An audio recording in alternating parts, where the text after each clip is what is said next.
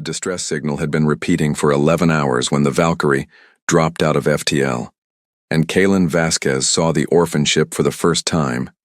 A gutted refugee transport named Starfall, its hull peeled open like rotten fruit, atmosphere bleeding into the void in slow, frozen ribbons while something vast and hungry closed in from the galactic east at .7 light speed.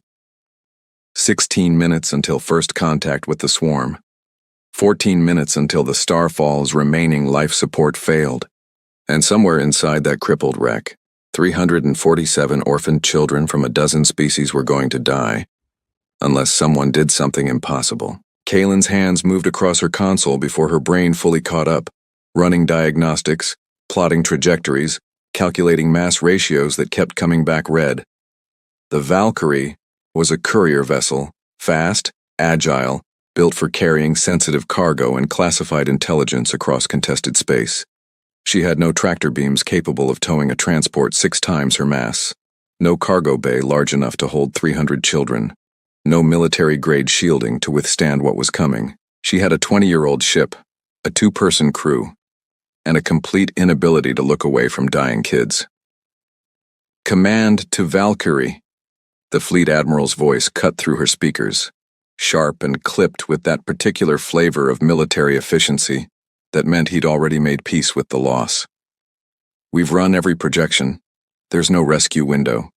The Starfall's drive is dead, her comms are degraded, and the swarm's vanguard will be within weapons range in 12 minutes. All units are ordered to fall back to the rally point. Repeat, all units fall back immediately." Beside her in the co-pilot's seat, her navigator and only crewmate, a crusty old Thraxian named Yorv, let out a sound somewhere between a growl and a sigh. "Kalen, you heard him. We go now. We make it. We wait 3 more minutes, we don't." She didn't answer. She was watching the Starfallen's life sign readings, hundreds of tiny lights flickering on her display, each one representing a child. Their signatures were scattered across the ship's interior, some clustered together in what might have been a cafeteria or common area, others isolated in smaller compartments. Hiding, waiting, hoping someone would come. She'd been one of those lights once. "Kalen." Yorv's voice was harder now. "I know that look. Don't. What's the swarm's actual ETA?" 10 minutes, 40 seconds, give or take. Why? Because the Starfall's escape pods are still intact. Look at the telemetry. Half of them are on the port side, undamaged hull section. If I can get close enough to trigger a manual override, the pods could launch autonomously. They'd scatter across a 100-kilometer radius. The swarm can't chase that many targets at once. Yorv turned to face her fully, his compound eyes reflecting the amber glow of the cockpit instruments. "And how exactly do you plan to get close enough? The Starfall is venting atmosphere at a rate that's creating a debris field the size of a small moon. 1 micrometeor through our hull and we're both dead before your heroic little override even finishes booting. Then I'll be fast." Fast doesn't beat physics. Kalen finally looked at him. Really looked, the way she hadn't since they'd shipped out together 3 years ago. Yorv was old by Thraxian standards. He'd seen wars and famines and the kind of suffering that made younger beings lose hope entirely. He'd stayed with her through mutinies and near-death experiences, and one spectacular bar fight on a space station that neither of them liked to discuss. He was the closest thing to family she had left, and she was about to ask him to do something unforgivable. "You're right," she said quietly. "Fast doesn't beat physics, but it beats protocol. And right now protocol is the only thing telling me to leave 300 orphans to die." Jorv's antennae twitched. "You're not going to argue with command?" "No." "You're not going to beg for more time?" "No." "Then what?" She reached up and killed the radio. The sudden silence in the cockpit was absolute. No fleet chatter, no admiral's demands, no blinking priority alerts. Just the hum of the Valkyrie's engines and the soft beep of proximity sensors tracking the swarm's approach. Yorv stared at the dark comm panel for a long moment. Then he did something she hadn't expected. He laughed. A dry, rattling sound that Thraxians used to express everything from genuine amusement to terminal resignation. "You know they're going to court-martial you for this," he said, "assuming we survive, which we probably won't." Then I'll be a very posthumous defendant. And me? What am I supposed to do while you fly us into certain death? Kaylin smiled, a thin, sharp expression that didn't reach her eyes. You're going to help me save them, starting with finding a docking solution that doesn't turn us into confetti. The Starfall had been a colony transport before the war, designed to carry 500 cryopods and a skeleton crew across interstellar distances. When the swarm's first wave hit the outer colonies, the ship had been hastily repurposed as an evacuation vessel, stripped of its luxury fittings, packed with refugees, and sent racing toward the core worlds with nothing but hope and a prayer. It hadn't been enough. The swarm had caught them at the edge of the Nabari expanse, a stretch of space so empty that even pirates avoided it. No backup, no reinforcements. Just a single, underpowered transport and a cloud of biomechanical horrors that consumed ships the way locusts consumed crops. The Starfall had lost her engines first, then her weapons, then most of her atmosphere. The adults had sacrificed themselves to get the children into the inner compartments, sealing bulkheads behind them, buying time with their own lives. By the time the swarm moved on to easier prey, 347 children were still alive, barely trapped in a dead ship with failing life support and no way to call for help, until a passing freighter had picked up their distress signal, until the fleet had been mobilized, until every captain in the sector had been ordered to save themselves and leave the children behind. Kaylin guided the Valkyrie through the debris field like a knife through silk, threading gaps that shouldn't have fit, spinning the ship sideways to avoid a spinning chunk of hull that would have gutted them.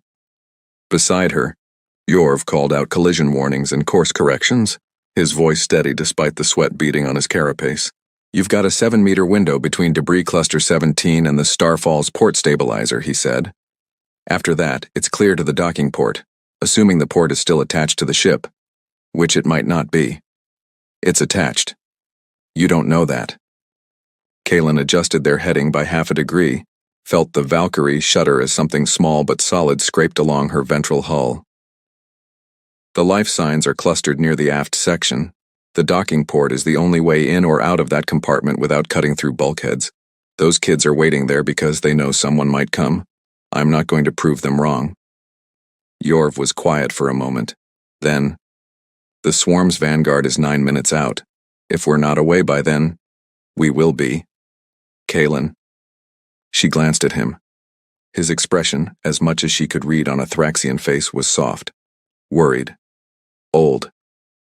Why are you really doing this? He asked. The question hung between them, heavy and unspoken for years. Kaylin had never told him about the colony, about the fire, about the evacuation shuttles that had left without her parents, taking the children first because that was the rule, the protocol, the mathematically correct decision. She'd been 7 years old.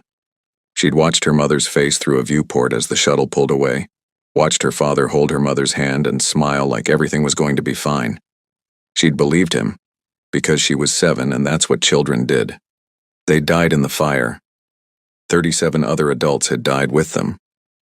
And Kaylin had grown up in a series of orphanages and foster homes, always wondering why no one had gone back for the grown-ups, why no one had broken protocol to save just one more person, just one more family. Now she was the one with the ship. Now she was the one being told to leave. Because someone should have, she said finally. Yorv didn't ask what she meant. He just turned back to his console and started recalculating their escape trajectory.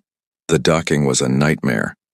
The Starfall's port airlock had been damaged by shrapnel, its outer door twisted at an angle that made a standard seal impossible. Kaylin had to bring the Valkyrie in nose first, extending her boarding tube at maximum length and praying the magnetic clamps would hold against the twisted metal. They held. Barely. Seal's not perfect, Yorv reported. We're losing atmo through 3 separate leaks. Nothing catastrophic, but we can't stay docked for more than 20 minutes. Then we'd better work fast. Kaylin was already out of her seat, grabbing her emergency kit from the storage locker behind her. The kit contained medical supplies, a portable oxygen recycler, a cutting torch, and a heavy-caliber plasma pistol that she'd never fired in anger. She strapped on the pistol, checked the recycler's charge, and headed for the boarding tube. You're going alone? Yorv called after her. I need you on the bridge. If the swarm changes course, if their ETA drops, if anything happens, I need you to be the one watching for it. And if they attack while you're inside? Kaylin paused at the airlock, her hand on the manual release. Then you leave. Kaylin. You leave, Yorv. You take the Valkyrie and you run. Those kids are counting on you to be smart enough to know when there's no hope left. And what about you? What are they counting on you for? She didn't answer. She just cycled the airlock and stepped into the boarding tube, leaving her oldest friend alone with the weight of an impossible choice. The Starfall's interior was dark and cold, and smelled of ozone and blood. Kaylin moved through the corridors with her flashlight cutting swaths through the gloom, stepping over debris and around collapsed ceiling panels. The ship groaned around her, its structural integrity failing in slow motion, metal fatigue and explosive decompression working together to tear it apart from the inside. She found the first child in a maintenance closet, a small furry creature from a species she didn't recognize, huddled behind a conduit bundle with its eyes squeezed shut. It couldn't have been more than 4 years old by human standards. Its fur was matted with something dark and sticky, and its breathing was fast and shallow. "Hey," Kaylin said softly, crouching down to its level. "Hey, it's okay. I'm here to help." The child's eyes opened, wide and terrified and so full of hope that it made her chest ache. It made a sound, a high-pitched chirping noise that she didn't understand, but the meaning was clear anyway. "You came. Someone actually came." "I'm going to get you out of here," Kaylin said, reaching out her hand. "But I need you to be brave for me, okay? I need you to help me find the others." The child took her hand. Its fingers were tiny and trembling, but its grip was fierce. They found 12 more children in the next corridor, huddled behind a makeshift barricade of overturned furniture and broken equipment. These ones were older, 8, 9, 10 years old in human equivalent ages, and they'd organized themselves with the desperate efficiency of children who'd learned too quickly how to survive. One of them stepped forward as Kaylin approached. She was human passing, with pale blue skin and 4 arms instead of 2, but her eyes were the same shape as Kaylin's, and her expression was the same one Kaylin had worn as a child on that evacuation shuttle. "How many ships came?" the girl asked. "Just mine." The girl's face fell just for a second, before she masked it with a composure that broke Kaylin's heart. "Then we need to hurry. The air recyclers are failing faster than we thought. We've got maybe 2 hours before the carbon dioxide levels become lethal." 2 hours is more than I need. How many children total? 347. But some are in the forward sections. We couldn't reach them when the bulkheads collapsed. And the little ones, the ones who can't walk fast. She trailed off, her lower hands clenching into fists. Kaylin did the math in her head. 347 children, scattered across a dying ship, with maybe 20 minutes before the swarm arrived, and turned the entire sector into a kill zone. Her ship could carry maybe 50 passengers in an emergency, if she packed them in like cargo. She'd known the numbers were bad. She hadn't known they were impossible. "Show me where the others are," she said anyway. The next 10 minutes were a blur of running and carrying and shouting instructions that no one could hear over the groaning of the dying ship. Kaylin moved from compartment to compartment, gathering children like lost coins, herding them toward the docking port where Jorv had extended the Valkyrie's boarding tube to its absolute limit. They came in 1s and 2s and small frightened groups. Some were injured, some were too weak to walk. Some were so young that they didn't understand what was happening, just that a strange woman was picking them up and carrying them through dark hallways while alarms blared in the distance. Kaylin carried them anyway, 3 at a time, 4 at a time, stacking them in her arms like cargo until her muscles screamed and her lungs burned and her vision blurred with exhaustion. 23 so far. Jorv's voice crackled through her earpiece. "Kaylin, the swarm's ETA just dropped to 6 minutes. We need to start thinking about..." 5 more minutes. "Kaylin." 5 more minutes, Jorv. She found the next group in the cafeteria, 47 children, all under the age of 10, clustered around a single emergency light that flickered weakly in the darkness. They were being watched over by an older child, maybe 12 or 13, who stood at the front of the group with a fire extinguisher raised like a weapon. "Are you from the fleet?" the older child asked. "I'm from a ship," Kaylin said. "A small one, but I'm going to get you out of here." The child's eyes narrowed. "How many can your ship hold?" "Not enough, which is why I need you to help me figure out a better way." She knelt down in front of the group, lowering her voice so only the older child could hear. The Starfall's escape pods are still intact on the port side. If I can get to the launch controls, I can trigger a mass ejection. The pods will scatter and the swarm won't be able to chase all of them. You'd need to be in the command center for that. It's on the opposite side of the ship and the main corridor is collapsed. Is there another way? The older child hesitated. Then their expression shifted, a flicker of hope mixed with fear. The maintenance tunnels. They run the length of the ship, but they're small. An adult might not fit. Kaylin glanced down at her own frame, lean and wiry from years of crawling through tight spaces on salvage missions. I'll fit. The maintenance tunnel was a coffin wrapped in darkness. Kaylin crawled on her belly through a tube barely wider than her shoulders, pulling herself forward with her fingertips while her oxygen recycler wheezed in her ear. The tunnel's walls were hot and slick with condensation, and every few meters she had to stop and listen, for the groan of metal, for the hiss of escaping atmosphere, for the distant chittering sound that meant the swarm was getting closer. 4 minutes until arrival, maybe less. Her flashlight flickered as she passed through a junction, illuminating a tangle of conduits and cables that looked like the nervous system of some enormous metal beast. She'd seen schematics like this before, on other salvage missions, other dying ships. The layout was familiar enough that she could navigate by feel alone. Left at the second junction, straight through the next 3, then a sharp right into the command center's service access. She'd done this 100 times. Just not with 300 children's lives hanging in the balance. The command center was dark and cold and silent except for the soft hum of emergency power. Kaylin pulled herself out of the maintenance tunnel and dropped onto the deck, her boots landing in a shallow puddle of something she didn't want to identify. The launch controls were on the far side of the room, behind a reinforced console that had been designed to survive exactly the kind of catastrophic damage that the Starfall had sustained. Kaylin crossed to it in 3 long strides, her fingers finding the manual override panel without hesitation. She'd memorized the sequence years ago, during a training exercise that had seemed pointless at the time. Now she blessed whatever instructor had forced her to learn it. The panel came alive under her hands, lights flickering, displays booting, systems reporting their status in a cascade of urgent alerts. She ignored the alerts and focused on the escape pod network, running a diagnostic that would tell her how many pods were still functional. The answer was worse than she'd expected: 112 pods.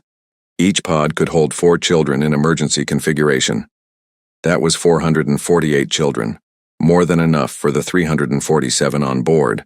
But the diagnostic was showing something else, something that made her stomach drop. 47 of the pods had been damaged in the initial attack. Their launch systems were offline. Their life support was failing. They were tombs waiting to happen. Kaylin closed her eyes, breathed, opened them again. 65 functional pods, 260 children maximum. 87 children who would be left behind if she launched now. Her earpiece crackled. Kaylin, we've got a problem. Yorv's voice was tight, controlled, the voice of someone who'd just watched the situation go from impossible to catastrophic. The swarm's vanguard just accelerated. Their new ETA is 90 seconds. We need to be gone in 60. I'm not done. Kaylin, there's no time. Then make time. She was already moving, her hands flying across the console, rerouting power from non-essential systems to the damaged pods. The ship groaned around her, metal fatiguing, circuits frying. She could feel the Starfall dying beneath her feet, its heart beating slower and slower as she stole its remaining strength.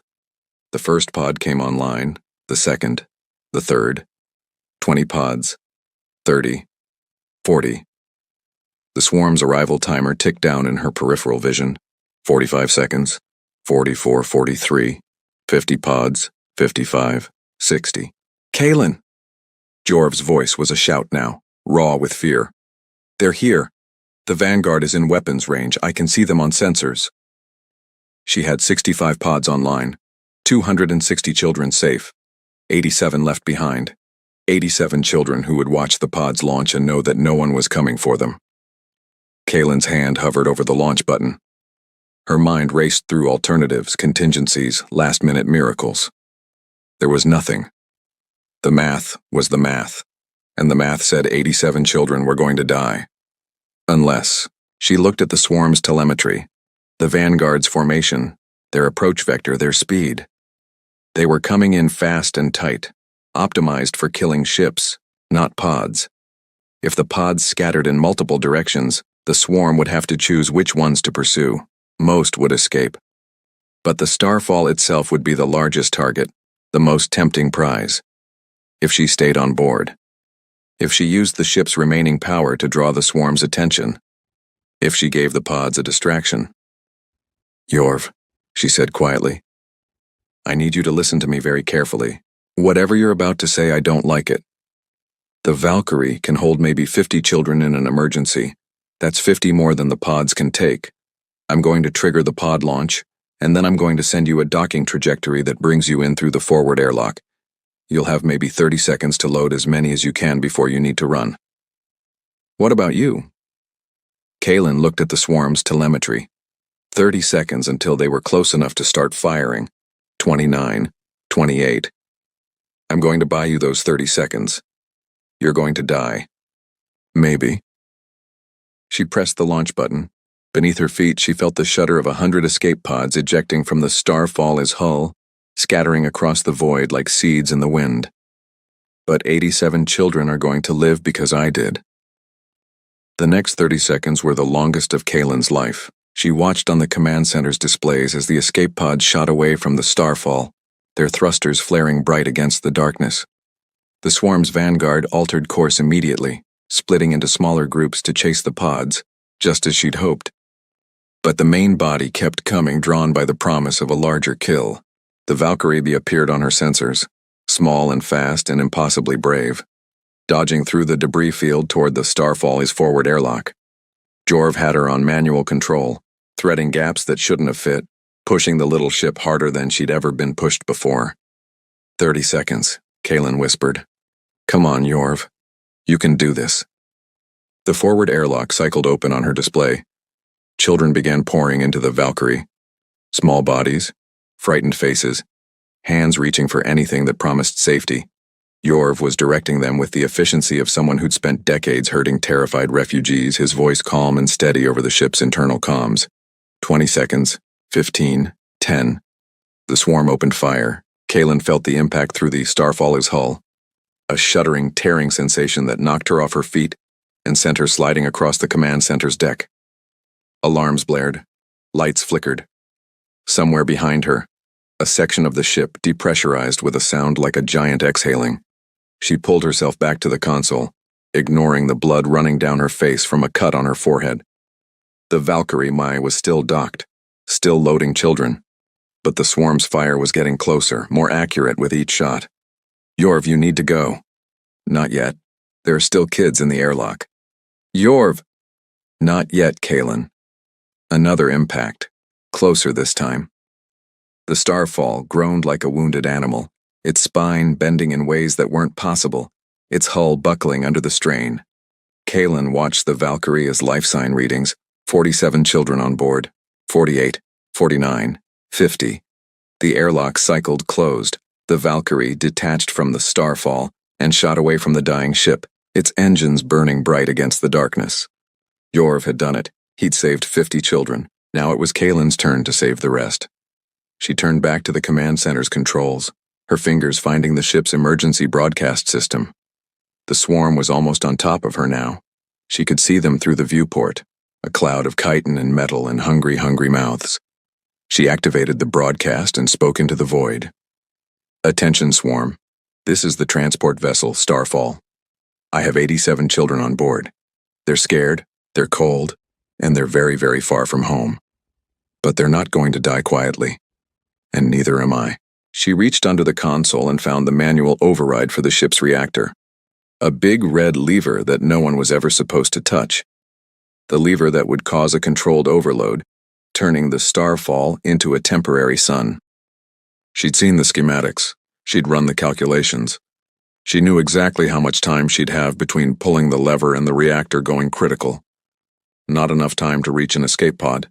Not enough time to run. Just enough time to make a choice. Kaylin thought about her parents, about the fire, about the evacuation shuttle that had left them behind because that was the mathematically correct decision. She thought about the children she'd already saved, 260 in the pods, 50 on the Valkyrie. 310 children who would grow up and have families and maybe, someday, face a choice like this one. She thought about the 87 children still on board, the ones who were going to die unless she did something impossible. And then she thought about the swarm, about how it hunted, about how it always went for the biggest target first, the one that looked like a threat. Kaylin pulled the lever. The reactor's warning klaxon blared to life, a deafening, ear-splitting sound that drowned out everything else. Red lights flashed. The deck shook. Somewhere deep in the Starfaller's belly, the reactor began the irreversible process of tearing itself apart. Kaylin ran. Not toward the escape pods. There was no time for that. Not toward the maintenance tunnels, they'd already collapsed. She ran toward the forward section of the ship, toward the broken hull where the Valkyrie had docked, toward the cold, unforgiving vacuum of space. The swarm's vanguard was closing in, drawn by the promise of a dying ship and a reactor about to explode. Kaylin could see them through the viewports as she ran. Dozens of them. Hundreds, a chittering, churning mass of biological and mechanical horror. She reached the forward section just as the ship's hull gave way. The decompression hit her like a physical force, a hurricane wind that picked her up and threw her through the hole in the hull, out into the void where there was no air and no heat and no sound except the thunder of her own heartbeat in her ears. She tumbled through space, arms and legs flailing, lungs burning, vision darkening at the edges. Behind her, the starfall lit up like a second sun, the reactor detonating in a cascade of light and heat that vaporized the swarm's vanguard and sent shockwaves rippling across the sector. And then there was nothing but darkness and cold and the slow, inevitable process of freezing to death. She woke up in a medical bay. The lights were too bright. The air was too warm. Everything hurt. Her lungs, her skin, her eyes, her soul. She tried to move and found that she couldn't, her body strapped to a bed with restraints that she didn't have the strength to fight. "She's awake," someone said. A voice she recognized. "Get the doctor." Yorv's face appeared above her, his compound eyes wet with something that might have been tears. "You absolute idiot," he said softly. "You magnificent, reckless, suicidal idiot." "The children," Kaylin croaked. Her throat felt like sandpaper. "The pods, the ones on the Valkyrie. Did they? They made it. All of them." Jorv's antennae trembled. "The fleet came back, Kaylin. When they saw your broadcast, when they saw what you did, every ship in the sector turned around. The swarm's main force scattered. We rescued every pod, every single child." Kaylin closed her eyes, felt something hot and wet slide down her cheeks. "All 347? "All 347. Jorv's voice cracked. "And then some? The fleet found more survivors in other sectors, other ships, other children. They're calling it the miracle of the Starfall. They're calling you. Don't. Kaylin, I didn't do it for a name. I didn't do it for a miracle." She opened her eyes and looked at her oldest friend, her only family, the being who'd stayed with her when everyone else had run. "I did it because someone should have, because someone should always stay." Yorv was quiet for a long moment. Then he reached out and took her hand, his claws gentle against her skin. "The Admiral wants to see you, when you're well enough." He said something about a court-martial, and then something about a medal. I couldn't tell which he was more serious about. Kaylin laughed, a weak, watery sound that turned into a cough. "Tell him I'll be there, as soon as I can walk." And after that, she thought about it, about the children she'd saved, about the ones she hadn't, about the fire that had taken her parents and the shuttle that had left them behind. "I think I'd like to meet them," she said. "The orphans. I think I'd like to see what they become." Yorv squeezed her hand. "I think they'd like that too." The trial was held 3 weeks later, in a military courtroom that had been hastily converted from a cargo bay on the fleet's flagship. Every seat was filled. Officers, diplomats, journalists, and 347 children who'd refused to stay in medical bay while the woman who'd saved them faced judgment. The admiral was an old Kareth with more medals than teeth and a reputation for fairness that had survived 5 decades of war. He looked at Kaylin across the courtroom, his expression unreadable. "Pilot Vasquez," he said, "you were ordered to abandon the Starfall and withdraw to the rally point. You acknowledged that order, and then you turned off your radio and proceeded to launch an unauthorized rescue mission that endangered your ship, your crew, and the lives of everyone in the sector." "Yes, sir." "Do you have anything to say in your defense?" Kaylin stood a little straighter. Her body still ached from her time in the void. The doctor said she'd been less than a minute from death when Yorv had pulled her from the wreckage. But she'd insisted on standing for this, on looking the Admiral in the eye and telling him the truth. "Sir," she said, "the Starfall had 347 children on board. Their life support was failing. The swarm was approaching. Every projection said that saving them was impossible. And yet you tried anyway." "Yes, sir, because the projections didn't account for one thing." The Admiral leaned forward. "And what was that?" Kaylin looked at the children in the audience, at their small faces, their hopeful eyes, their trembling hands. She saw herself in them, saw the 7-year-old girl on that evacuation shuttle, watching her parents disappear into the smoke and flames. "Sir," she said, "the projections didn't account for a human being who refused to leave." The courtroom was silent. Then, from somewhere in the back, a child started to clap, then another, and another, until the sound filled the cargo bay, a thunderous, joyful noise that drowned out everything else. The Admiral waited for the applause to die down. Then he looked at Kaylin, and something in his ancient face softened. "Pilot Vasquez," he said, "I've seen a lot of beings do a lot of brave things in my life. I've seen soldiers charge into certain death. I've seen parents sacrifice themselves for their children. I've seen captains go down with their ships. But I've never seen anyone do what you did, turn off the world's voice and listen only to their own conscience." He stood up, his medals clinking against his chest. "The court-martial is dismissed, the charges are dropped, and someone get this woman a medal." They gave her a medal in the end. A small piece of metal on a ribbon that she tucked into her pocket and never wore. The children didn't care about medals. They cared about the woman who'd crawled through maintenance tunnels and carried them through dark corridors and stood between them and a nightmare. They came to her, in the days and weeks that followed, one by one in small groups with questions and stories and gifts that ranged from a half-melted candy bar to a drawing of the Starfall exploding, rendered in crayon on a piece of salvaged paper. Kaylin talked to them, listened to them, told them about her parents and the fire and the shuttle that had left them behind. She told them that it was okay to be angry, okay to be sad, okay to miss the people they'd lost and the homes they'd never see again. She told them that someone should have stayed, and that now, someone always would. It's been 20 years since the miracle of the Starfall.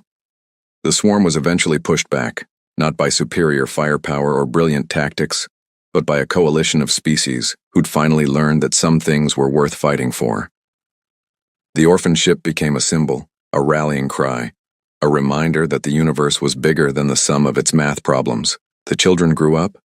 They became engineers and diplomats and doctors and teachers. Some of them joined the fleet. Some of them started families of their own.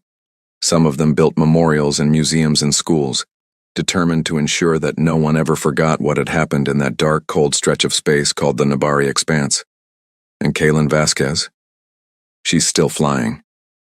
Still saving people. Still turning off her radio when the world tells her to walk away. But she's not alone anymore. Jorv is still beside her, older and grayer and grumpier than ever. The children she saved are scattered across the galaxy, but they send messages and visit when they can.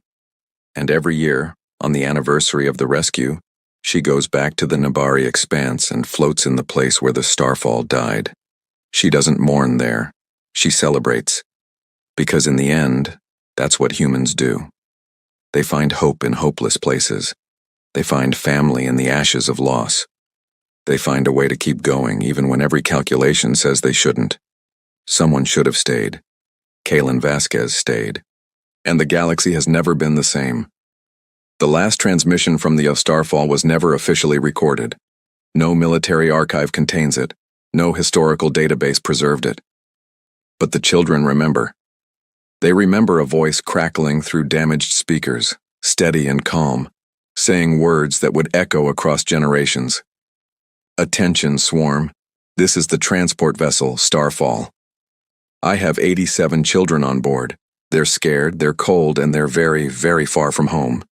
But they're not going to die quietly, and neither am I." They remember the explosion that followed, the light that turned night into day, the silence that descended when it was over. And they remember being found, being rescued, being told that someone had stayed.